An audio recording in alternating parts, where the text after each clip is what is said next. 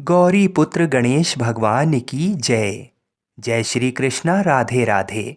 आज कार्तिक मास के शुक्ल पक्ष की प्रतिपदा तिथि है और आज ही के दिन गोवर्धन पूजा का पर्व मनाया जाता है।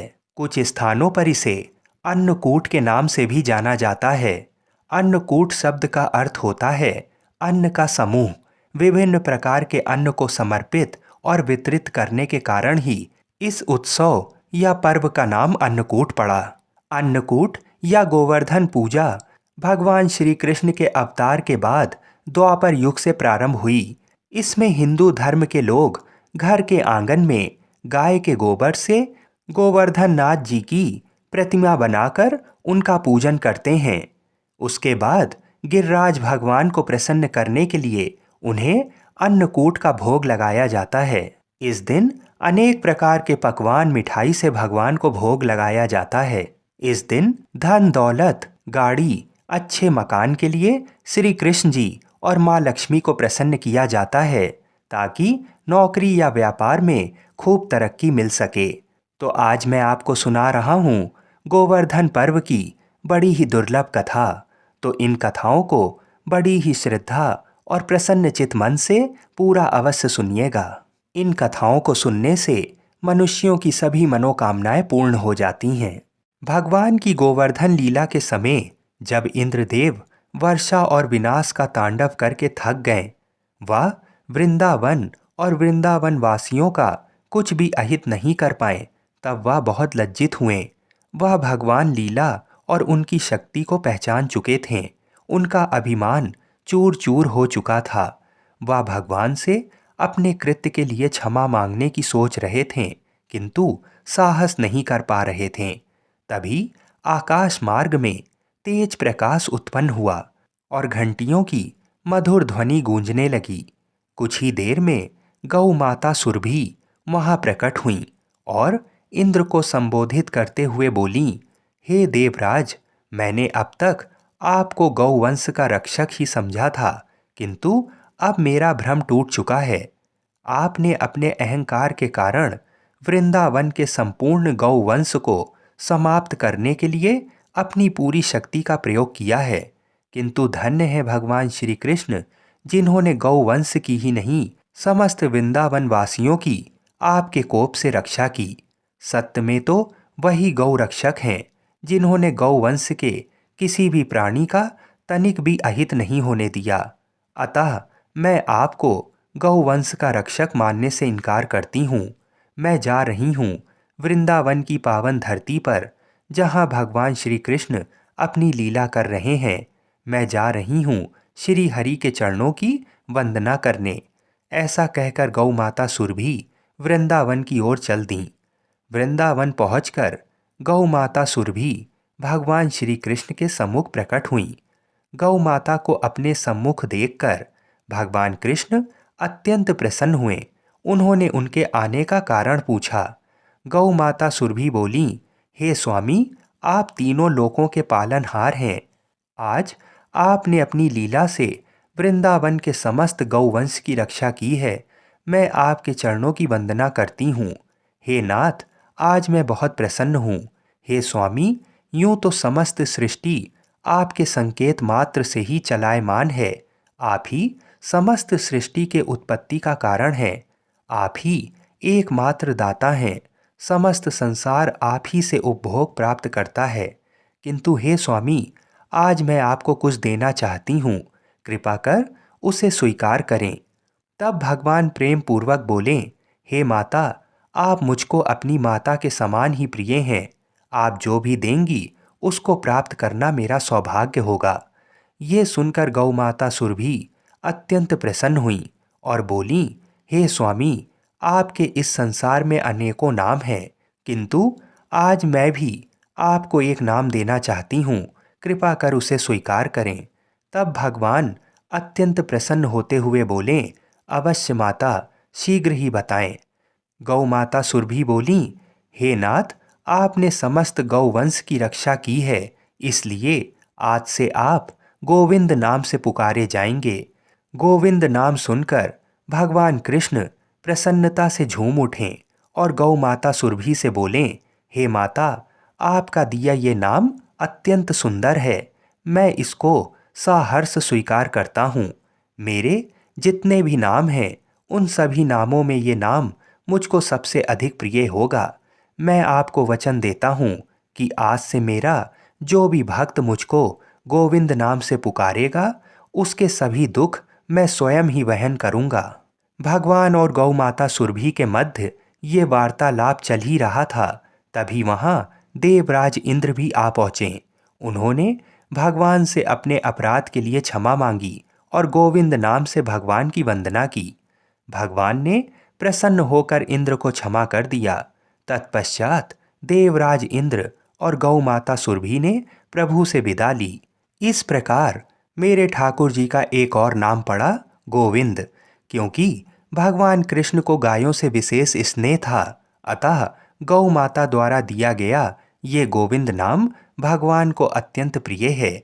जो भी भक्त भगवान को गोविंद नाम से पुकारता है, भगवान उसकी प्रार्थना को इस प्रकार स्वीकार करते हैं जैसे गौ माता उनको पुकार रही हो। इसलिए भगवान के जिस भी भक्त को भगवान का आश्रय प्राप्त करना हो, उसे जीवन के प्रत्येक क्षण में गोविंद गोविंद नाम रटते रहना चाहिए। आइए अब गोवर्धन पर्व की दूसरी कथा को सुनते हैं। कथा के अनुसार देवराज इंद्र को अभिमान हो गया था। इंद्र का अभिमान चूर करने हेतु भगवान श्री कृष्ण, जो स्वयं लीलाधारी श्री हरि विष्णु के अवतार हैं, उन्होंने एक लीला रची। प्रभु की इस लीला में यूं हुआ कि एक दिन उन्होंने देखा कि सभी ब्रजवासी उत्तम पकवान बना रहे हैं और किसी पूजा की तैयारी में जुटे हैं। श्री कृष्ण जी ने बड़े भोलेपन से मैया यशोदा से प्रश्न किया, मैया, ये आप लोग किनकी पूजा की तैयारी कर रहे हैं? कृष्ण जी की बातें सुनकर माता यशोदा बोलीं, लल्ला, हम देवराज इंद्र की पूजा के लिए अन्नकूट की तैयारी कर रहे हैं। माँ के ऐसा कहने पर श्री कृष्ण जी बोले, माँ, हम इंद्र की पूजा क्यों करते हैं? मैया ने कहा, वह वर्षा करते हैं जिससे अन्न की उपज होती है, उनसे हमारी गायों को चारा मिलता है। भगवान श्री कृष्ण जी बोले, हमें तो गोवर्धन पर्वत की पूजा करनी चाहिए, क्योंकि हमारी गायें वहीं चरती हैं। इस दृष्टि से गोवर्धन पर्वत ही पूजनीय है। और इंद्र तो कभी दर्शन भी नहीं देते, वह पूजा न करने पर क्रोधित भी होते हैं। अतः ऐसे अहंकारी की पूजा नहीं करनी चाहिए। लीलाधारी की लीला और माया से सभी ने इंद्र के स्थान पर गोवर्धन पर्वत की पूजा की। देवराज इंद्र ने इसे अपना अपमान समझा और मूसलाधार वर्षा आरंभ कर दी। प्रलय के समान वर्षा देखकर सभी ब्रजवासी भगवान कृष्ण को कोसने लगे कि सब इनका कहा मानने से हुआ है।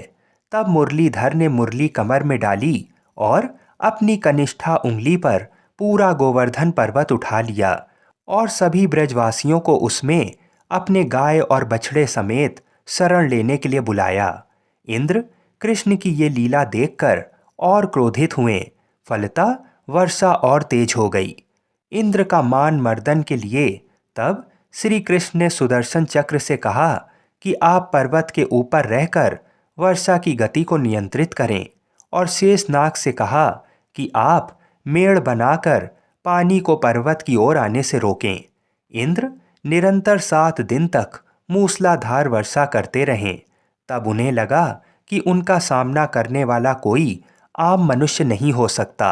अतः वे ब्रह्मा जी के पास पहुँचे और सब वृतांत कह सुनाया। ब्रह्मा जी ने इंद्र से कहा कि आप जिस कृष्ण की बात कर रहे हैं, वह भगवान विष्णु के साक्षात अंश हैं और पूर्ण पुरुषोत्तम नारायण हैं। ब्रह्मा जी के मुख से ये सुनकर इंद्र अत्यंत लज्जित हुए और श्री कृष्ण जी से कहा कि प्रभु, मैं आपको पहचान ना सका, इसलिए अहंकारवश भूल कर बैठा। आप दयालु हैं और कृपालु भी, इसलिए मेरी भूल को क्षमा करें। इसके पश्चात देवराज इंद्र ने मुरलीधर की पूजा कर उन्हें भोग लगाया और भगवान से क्षमा मांगकर अपने लोक को चले गए। तब श्री कृष्ण जी के कहने पर ब्रज के लोग अपने पशु आदि के साथ में पर्वत के नीचे से निकलकर अपने घरों को चले गए और श्री कृष्ण जी ने पर्वत को उसी स्थान पर ज्यों का त्यों रख दिया। हे गोवर्धन महाराज, हे भगवान श्री कृष्ण, जिस प्रकार से आपने ब्रजमंडल के निवासियों की भारी वृष्टि से रक्षा की, उसी प्रकार से हमारी भी सभी प्रकार की मुसीबतों से रक्षा करना। अपनी छत्र छाया में हमको सदैव सुरक्षित रखना, हमको सदैव सद्मार्ग में ही प्रेरित करना। उसी दिन से भगवान श्री कृष्ण जी का ही एक नाम गिरिराज धरण भी हो गया। बोलिए श्री राधा कृष्ण भगवान की जय। बोलो गिरिराज महाराज की जय। आइए अब गोवर्धन पर्वत की दूसरी कथा को सुनते हैं। गोवर्धन पर्वत को लेकर धार्मिक मान्यता है कि ये पर्वत हर रोज तिल भर घटता जाता है। इसके पीछे एक रोचक कथा है। हर रोज घटने का कारण ऋषि पुलस्त का श्राप है। कथा के अनुसार एक बार ऋषि पुलस्त गिरिराज पर्वत के पास से गुजर रहे थे। तभी उनको इसकी खूबसूरती इतनी पसंद आई कि वे मंत्रमुग्ध हो गए। ऋषि पुलस्त ने द्रोणाचल पर्वत से निवेदन किया कि मैं काशी में रहता हूँ, आप अपने पुत्र गोवर्धन को मुझे दे दीजिए। मैं उसको काशी में स्थापित करूँगा और वहीं रहकर इसकी पूजा करूँगा। पिता द्रोणाचल पुत्र गोवर्धन के बिछोह से दुखी हुए। गोवर्धन ने कहा कि हे महात्मा, मैं आपके साथ चलूँगा, लेकिन मेरी एक शर्त है। शर्त ये है कि आप मुझे सबसे पहले जहाँ भी रख देंगे मैं वहीं स्थापित हो जाऊँगा। पुलस्त ने गोवर्धन की शर्त मान ली। गोवर्धन ने ऋषि से कहा कि मैं 2 योजन ऊंचा और 5 योजन चौड़ा हूँ, आप मुझे काशी कैसे लेकर जाएंगे? तब ऋषि ने कहा कि मैं अपने तपोबल के माध्यम से तुमको अपनी हथेली पर उठाकर ले जाऊंगा। ऋषि पर्वत को उठाकर चलने लगे। रास्ते में ब्रज आया। तब गोवर्धन पर्वत को दिखा कि यहाँ पर भगवान श्री कृष्ण अपने बाल्यकाल में लीला कर रहे हैं। बड़ा मनोहारी दृश्य और मन भावन जगह है। उनकी वहाँ ठहरने की इच्छा हुई। इसके बाद गोवर्धन पर्वत ऋषि के हाथों में अपना भार बढ़ाने लगे, जिससे ऋषि ने आराम और साधना के लिए पर्वत को नीचे रख दिया।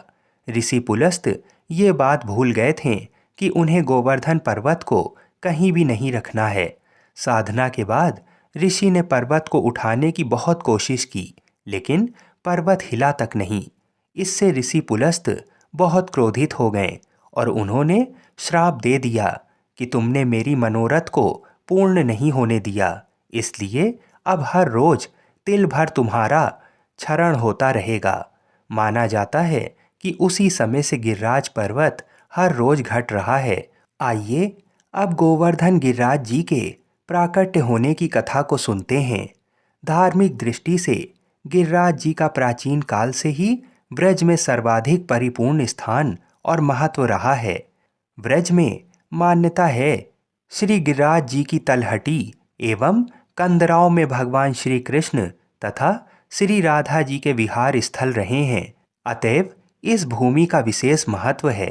गिरिराज गोवर्धन के अवतरण के संबंध में गर्ग संहिता में उल्लेख है कि भारत के पश्चिमी भाग में स्थित शालमली द्वीप में पर्वतराज श्री द्रोणाचल के घर में उनकी पत्नी के गर्भ से श्री गोवर्धन नाथ जी का जन्म हुआ। देवताओं ने पुष्प वर्षा करके श्री गोवर्धन जी की वंदना की। एक समय पुलस्त ऋषि भ्रमण करते हुए वहां गए। वहां नाना प्रकार के हरे भरे वृक्ष लताओं से परिपूरित सुंदर श्यामल गोवर्धन को देखकर उन्हें अपने स्थल पर स्थापित करने की प्रबल इच्छा जागृत हो गई, क्योंकि काशी के निकट कोई ऐसा पर्वत नहीं था जहां शांति से बैठकर वे भजन कर सकें। अतः ऋषि पुलस्त जी ने द्रोणाचल जी से गोवर्धन जी को देने का अनुरोध किया। पर्वतराज बाध्य होने से इनकार नहीं कर सके। गोवर्धन जी ने दुखी होकर ऋषि से ये तय कर लिया कि मैं आपके हाथ में रहकर ही चलूँगा और आप मुझे कहीं भी नीचे नहीं रख सकेंगे। यदि किसी प्रकार नीचे रख देंगे तो मैं वहीं स्थापित हो जाऊँगा और तिल भर भी आगे नहीं चलूंगा। पुलस्त ऋषि ने उस शर्त को स्वीकार कर अपने हाथ में गोवर्धन जी को रख काशी को प्रस्थान किया। मथुरा पहुंचने तक तो गिरिराज जी हल्के रहे, किंतु फिर इतने भारी हो गए कि ऋषि हाथ में रखने में असमर्थ हो गए और उन्हें भूमि पर रख दिया। संध्या वंदन, स्नान तथा भोजन के उपरांत ऋषि चेष्टापूर्वक गिरिराज जी को उठाने लगे तो गिरिराज जी ने जाने से इनकार कर दिया।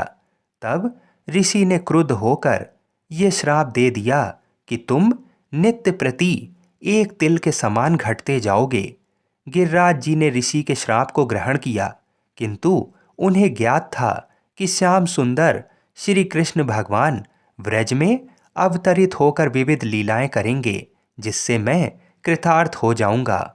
वाराह पुराण में वर्णन बताया गया है कि भगवान श्री रामचंद्र जी की आज्ञा से श्री हनुमान जी उत्तरांचल से गोवर्धन जी को कंधे पर रख कर ला रहे थे तो देववाणी हुई कि समुद्र में सेतु बन गया है। देववाणी सुन हनुमान जी ने उन्हें यहीं पृथ्वी पर रख दिया। तब हरि भक्त गिरिराज जी ने हनुमान जी से कहा, आपने मुझे भगवान के चरण चिन्हों से वंचित किया है, अतः मैं आपको श्राप दूंगा। इस पर हनुमान जी बोले, हे गिरवर क्षमा करें। जब इंद्र की पूजा का खंडन करके भगवान श्री कृष्ण आपकी पूजा करवाएंगे तो इंद्र कुपित होकर ब्रज में उत्पात करने लगेंगे। उस समय आप ब्रजवासियों के रक्षक होंगे। द्वापर के अंत समय में श्री कृष्ण जी का अवतार होगा, वे ही आपकी इच्छा की पूर्ति करेंगे। ऐसा कहकर हनुमान जी आकाश मार्ग से श्री राम जी के पास गए और उन्हें सारा वृतांत सुनाया। इस पर श्री रामचंद्र जी ने कहा, सेतु बंधन हेतु लाए गए ये सब पर्वत मेरे चरण स्पर्श से विमुक्त हो गए, परंतु गोवर्धन को अपने हस्त करतल तथा सर्वांग स्पर्श से पवित्र करूंगा। मैं गिरिराज पर्वत को अपनी उंगली पर उठाऊंगा। मैं वासुदेव के कुल में जन्म लेकर ब्रज में विविध लीला करूंगा तथा गोवर्धन के ऊपर गौचारण गोपियों के संग अद्भुत विलास आदि से उसे हरिदास श्रेष्ठ बना दूंगा। ब्रज में गोवर्धन मेरी लीलाओं के परम सहायक रूप में प्रसिद्ध होंगे। गोवर्धन की उत्पत्ति के बारे में गर्ग संहिता में इस प्रकार से भी कहा गया है कि कस संताप के कारण जब देवताओं ने प्रार्थना की तो श्री कृष्ण जी ने ब्रज के उद्धार हेतु अवतार धारण करने की इच्छा जब श्री राधा जी को सुनाई तो वे बोली कि मैं आपका वियोग एक पल भी नहीं सह सकती। इस पर श्री कृष्ण जी ने कहा कि आपको संग लेकर ही ब्रज में अवतार धारण करूंगा। इस पर श्री राधिका जी ने कहा, हे प्राणनाथ, जहाँ वृंदावन नहीं है, जहाँ ये यमुना नदी नहीं है तथा जहाँ गोवर्धन पर्वत नहीं है, यहाँ मेरे मन को सुख नहीं मिल सकता। ये सुनकर श्री कृष्ण जी ने अपने धाम गोलोक से 84 कोस विस्तृत भूमि और गिरिराज गोवर्धन और यमुना नदी को भूतल पर भेज दिया। बोलिए श्री राधा कृष्ण भगवान की जय। ब्रह्म वैवर्त पुराण के अनुसार रा का अर्थ है पाना और धा का अर्थ है मोक्ष, अर्थात श्री राधा जी के नाम जप से ही श्री कृष्ण और मोक्ष की प्राप्ति हो जाती है। पूर्व काल में श्री राधा ने सतश्रृंग पर्वत पर 1 सहस्त्र दिव्य युगों तक निराहार रहकर तपस्या की। इससे वे अत्यंत दुर्बल हो गईं। भगवान श्री कृष्ण जी ने देखा कि श्री राधा चंद्रमा की एक कला के समान अत्यंत कृश हो गई हैं। तब भगवान श्री कृष्ण करुणा से द्रवित होकर श्री राधा को छाती से लगाकर फूट फूट कर रोने लगे। भगवान श्री कृष्ण ने श्री राधा को वर देते हुए कहा, राधे, तुम्हारा स्थान मेरे वक्ष स्थल पर है, तुम यहीं रहो। मुझसे तुम्हारी अविचल प्रेम भक्ति हो। सौभाग्य, मान, प्रेम, गौरव की दृष्टि से तुम मेरे लिए सबसे श्रेष्ठ और सर्वाधिक प्रियतमा बनी रहो। संसार की समस्त युवतियों में तुम्हारा सबसे ऊंचा स्थान है। मैं सदा तुम्हारे गुण गाऊंगा, पूजा करूंगा। तुम सदा मुझे अपने अधीन समझो। मैं तुम्हारी प्रत्येक आज्ञा का पालन करने के लिए बाध्य रहूंगा। जैसे आभूषण शरीर की शोभा है, उसी प्रकार तुम मेरी शोभा हो। भगवान श्री कृष्ण जी कहते हैं, श्री राधा मेरी परम आत्मा है, मेरा जीवन है। श्री राधा से ही प्रेम प्राप्त करके मैं उस प्रेम को अपने भक्तों में बांटता हूँ। भगवान श्री कृष्ण जी की सेवा से ही श्री राधा जी ने सबसे अधिक मनोहर रूप, सौभाग्य, मान, गौरव तथा श्री कृष्ण के हृदय स्थल में स्थान, उनका पत्नीत्व प्राप्त किया है। वृंदावन लीला में लौकिक दृष्टि से तो श्री कृष्ण जी 11 वर्ष की अवस्था में ही व्रज का परित्याग करके मथुरा आ गए थे।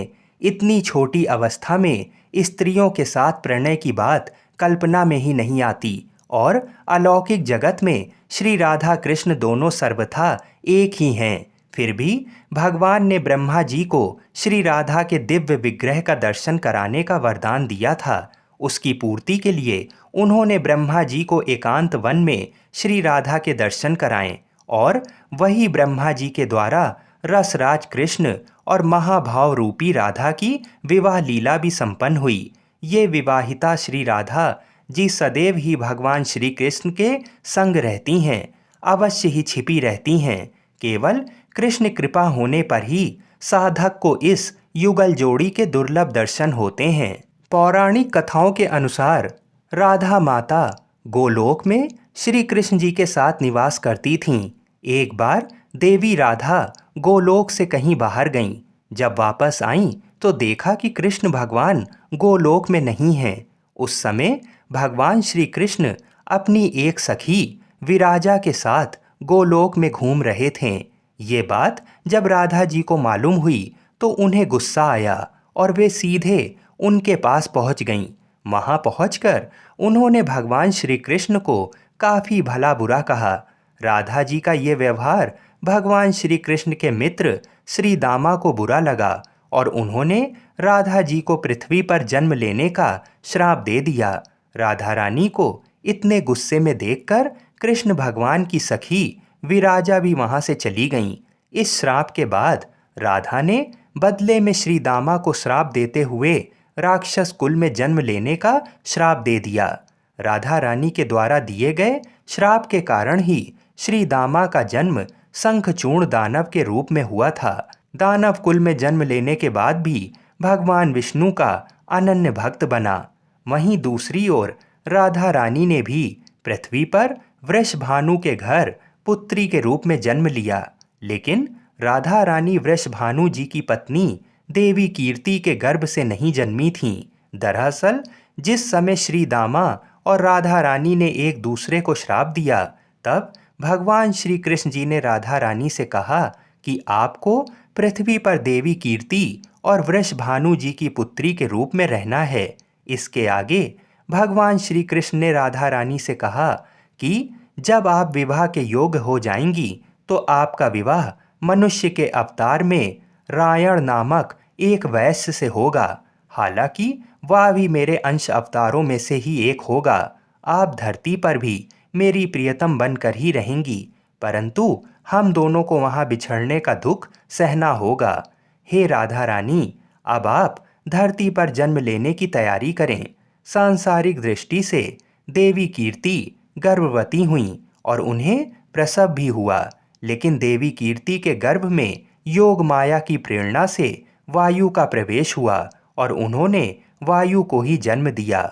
जब वह प्रसव पीड़ा से गुजर रही थीं, उसी समय महादेवी राधा रानी एक प्यारी सी कन्या के रूप में प्रकट हो गईं।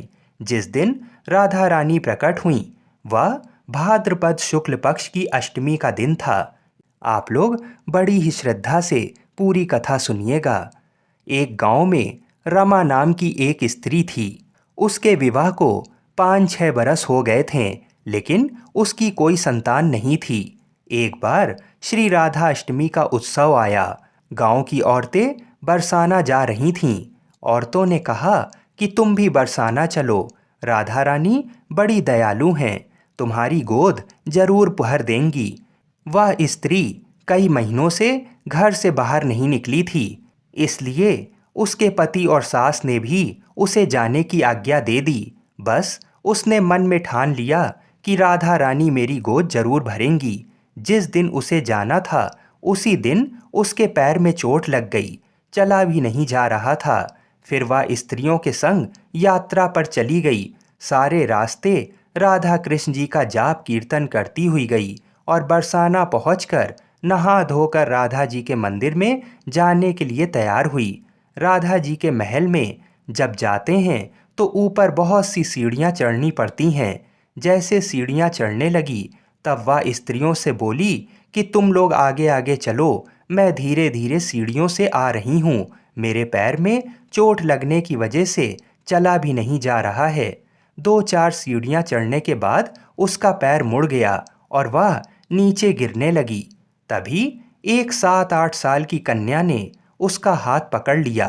रमा बोली, बेटी आज अगर तुम ना होती तो मैं नीचे गिर गई होती। वह कन्या बोली, माता ऐसे कैसे गिर जाने देती मैं तुम्हें। तब रमा ने पूछा, बेटी तुम्हारा क्या नाम है? वह बोली, लाडो नाम है मेरा, यहीं पास में रहती हूँ। वे दोनों सीढ़ियों पर बैठ गईं। लाडो कहने लगी, माता मेरे लिए क्या लाई हो? ना कोई जान पहचान और लाडो ऐसी बात कर रही है। फिर रमा ने कहा, लाडो मैं कल तुम्हारे लिए कुछ ना कुछ लेकर अवश्य आऊंगी, तुम्हें क्या पसंद है? तब लाडो कहने लगी, मुझे नथनी, गले का हार, कान के कुंडल, चूड़ियाँ, मेहंदी, घाघरा, चोली ये सब चीज़ें पसंद हैं, कुछ भी ले आना। इतना कहकर वह बालिका भाग गई। जैसे तैसे रमा भी मंदिर में दर्शन करके लौट आई।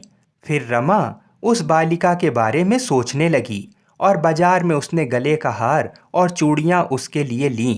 अगले दिन वहीं जहाँ मिली थी वह लाडो का जाकर इंतजार करने लगी। फिर लाडो उसको उसी जगह पर मिली। चूड़ियाँ और गले का हार जैसे उसे दिया, वह बोली, बस इतनी सी ही, और चीज़ें नहीं लाई, और वह मुंह फुलाकर बैठ गई। तब रमा बोली, अभी मैं 8 दिन यहीं पर हूँ, रोज़ तुम्हारे लिए कुछ ना कुछ लाया करूँगी। ये सुनकर लाडो उसकी गोद में बैठ गई और गले से लग गई। रमा तो रोने लगी। उसे जैसे एक संतान मिल गई। खूब प्यार से उसके सिर पर हाथ फेरा। ऐसे ही वह फिर चली गई। रमा ने मंदिर से आकर घाघरा और चोली उसके लिए बनवाए। ऐसे ही रोज कुछ ना कुछ वह उसे देती। एक दिन रमा कहती है, अब ये सारी चीज़ें मुझे पहन करके दिखाओ। लाडो बोली, कल राधा अष्टमी है, मैं कल इसे पहनूंगी। इस बार लाडो के साथ एक लड़का भी था। उसे देखकर रमा ने कहा, आज पता नहीं मेरे मन में क्या आया, मैंने एक धोती और मुकुट मोर वाला लिया है, क्या मैं इसे दे दूं? लाडो बोली, ये कनुआ है, मेरे साथ ही रहता है, हाँ तुम इसे दे दो। ऐसा कहकर वे दोनों सामान लेकर चले गए। अगले दिन राधा अष्टमी थी। जब रमा सीढ़ियों पर आई, वहाँ उसे आज कोई नहीं मिला, ना वो लाडो ना वो लड़का। बहुत इंतजार के बाद जब वह मंदिर में पहुंची तो वहाँ बहुत भीड़ थी। कीर्तन और नृत्य हो रहा था। इसी तरह भीड़ को चीरती हुई वह आगे पहुंची और वहां देखकर राधा जी को देखा और ठाकुर जी को देखा। रमा ने जो जो चीजें लाडो को दी थीं, वही सारा सामान राधा कृष्ण जी पहने हुए थे। वह पत्थर सी हो गई, आंखों से आंसू बहने लगे। बात समझते देर ना लगी कि वह लाडो राधा जी और कनुआ कृष्ण जी हैं। स्वयं जगत के पालनहार उसके पास आते थे। राधा जी उसकी गोद में बैठती थीं और उसे मात्र सुख प्रदान करती हैं। वह तो जैसे बावरी हो गई, दिन रात लाडो लाडो कहती रहती, पुकारती रहती। वह स्त्रियों से बोली, तुम लोग घर जाओ, मैं नहीं जाऊंगी। उसकी सास और पति भी उसे लेने आए, पर वह साथ नहीं गई। अब तो प्रतिदिन वह सीढ़ियों पर बैठे बैठे आंसुओं से सीढ़ियाँ धोती, पलकों से बुहारती। ऐसा करते करते उसे 30 वर्ष हो गए। एक दिन एक बालिका उसका हाथ पकड़कर ऊपर अटालिका में ले गई। वहां जाकर बोलती है, लो आ गई मैं ही हूँ तुम्हारी लाडो। ऐसा कहकर बाहें फैलाकर रमा को बुलाने लगी और अपने गले लगा लिया। उस दिन रमा ऐसे गले लगी कि इस पार्थिव शरीर को छोड़कर सदा के लिए अपनी लाडो के पास चली गई। बोलिए श्री राधा कृष्ण भगवान की जय। बोलिए श्री बरसाने वाली की जय। एक बार नारद मुनि ने पृथ्वी लोक पर राधा नाम की महिमा सुनी और सुना कि वह श्री कृष्ण की सबसे बड़ी भक्त हैं।